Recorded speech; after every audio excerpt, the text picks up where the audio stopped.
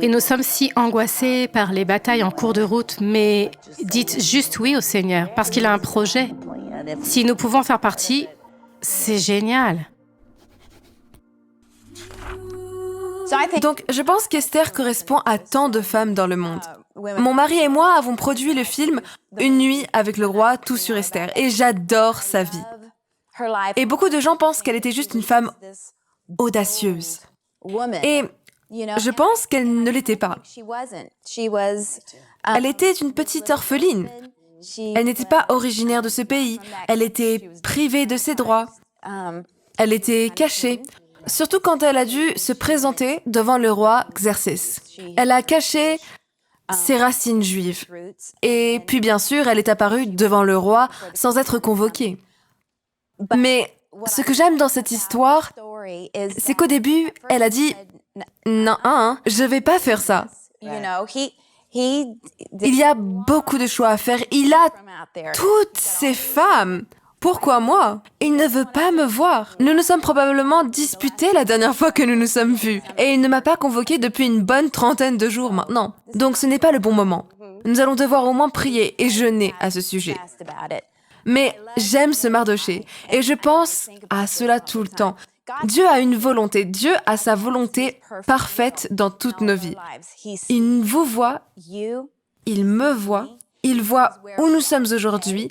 Il connaît notre cœur et il nous donne le choix de faire partie de son histoire. Sa volonté était de sauver le peuple juif. Il va les sauver pour toujours. Mardochée dit à Esther, Dieu suscitera quelqu'un pour faire cela. Mais pourquoi pas toi? Pourquoi ne pas faire partie de son histoire? Et bien souvent, je pense que Dieu savait où j'en serais aujourd'hui. Dieu voit les circonstances qui se présentent à moi aujourd'hui. Et c'est toujours une question. Est-ce que je veux faire partie de son histoire? Pourquoi pas vous? Pourquoi ne pas faire ce pas de foi? Pourquoi n'y allez-vous pas? Et je pense que le jeûne et la prière ont été le moment où on s'est dit « Bon, Seigneur, je ne veux pas faire ça. » La plupart du temps, ces grands pas de foi n'ont été que des pas de foi qui ont été faits. Ils ont passé un peu de temps en prière et en jeûne et un véritable temps de face à face avec Dieu en disant « Dieu, est-ce que je dois faire cela ?» Eh bien, Esther est la fille héroïque pour nous tous. Cette femme a arrêté un génocide juif. Comment peut-on être plus audacieuse que ça? Il y a une femme qui, dans sa force naturelle, ne voulait pas le faire, qui aurait voulu aller parler au roi et qui aurait voulu risquer sa vie pour un tout autre groupe de personnes. Et vous savez quel est le fait?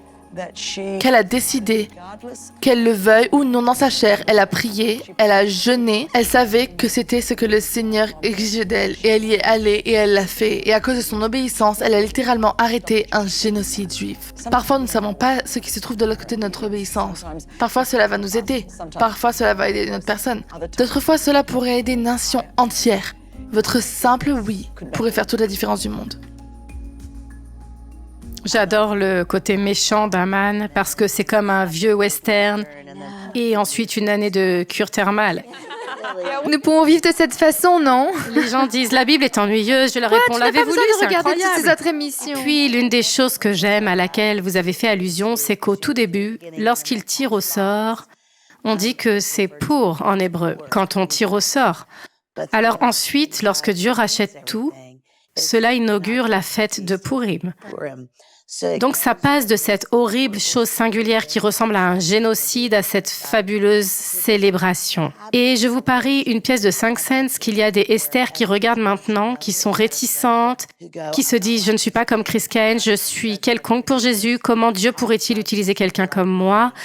Et vous regardez l'histoire d'Esther et vous vous dites toute une génération a été sauvée parce qu'une fille probablement timide, personne ne connaissait son niveau d'intelligence, mais elle n'était pas du style à dire « Ok Seigneur, je vais te faire confiance ». Elle a prié à ce sujet, s'est engagée et vous voyez ce miracle massif. Et le méchant père à la fin.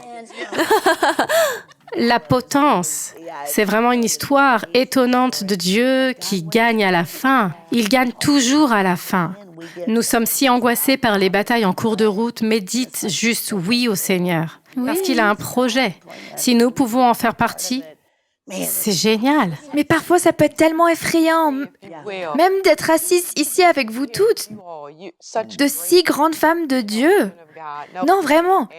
Et si je pouvais être l'une d'entre elles qui pourrait être en arrière-plan et juste diriger les choses et aider à pousser quelqu'un d'autre, mais je pense que c'est ce qui a fait la beauté de toute cette histoire, même à propos de Mardochée, parce que Esther ne le voyait pas en elle-même, mais c'était quelqu'un derrière elle qui l'a poussée doucement à dire « Non, tu pourrais être la bonne personne ». C'est pourquoi, comme vous le disiez tout à l'heure, il est si important d'être dans les bons cercles, d'avoir les bonnes personnes autour de soi, même si elles n'avaient pas le choix.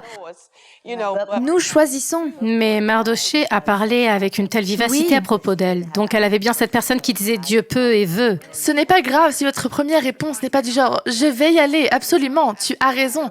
Sa première réponse était la peur. Sa première réponse était « je ne veux pas faire ça ».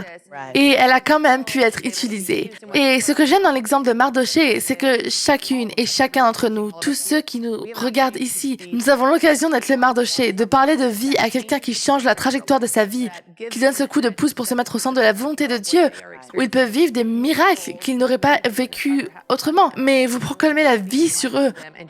Et juste le pouvoir de ces mots qui sont passés de « je ne veux pas faire ça, je ne vais pas faire ça » à « si je meurs, je meurs ». Je devais croire en mon mari. Je devais croire au prophète du Seigneur. Je devais croire en ce que nos pasteurs nous avaient dit et transmis, en ce que ma mère et mon père avaient dit. Je devais croire que Dieu nous avait appelés et je devais le croire avec chaque fibre de mon être. C'était comme, ok, si nous mourons, nous mourrons. C'était un de ces moments, c'était, je vais emballer mes 2 petits-enfants et mon mari. Nous allons déménager à Hollywood. Et c'était juste cette obéissance audacieuse, je crois. Et Dieu a été si fidèle. Et il nous a soutenus alors que ce n'était tout simplement pas faisable. Et je vous le dis, Dieu est fidèle lorsque vous faites des pas de foi auxquels vous croyez au plus profond de vous. Shalom, j'espère que vous avez aimé cette vidéo. Abonnez-vous pour ne pas rater nos programmes. Merci de faire partie de notre famille TBN. Que Dieu vous bénisse. Shalom de Jérusalem.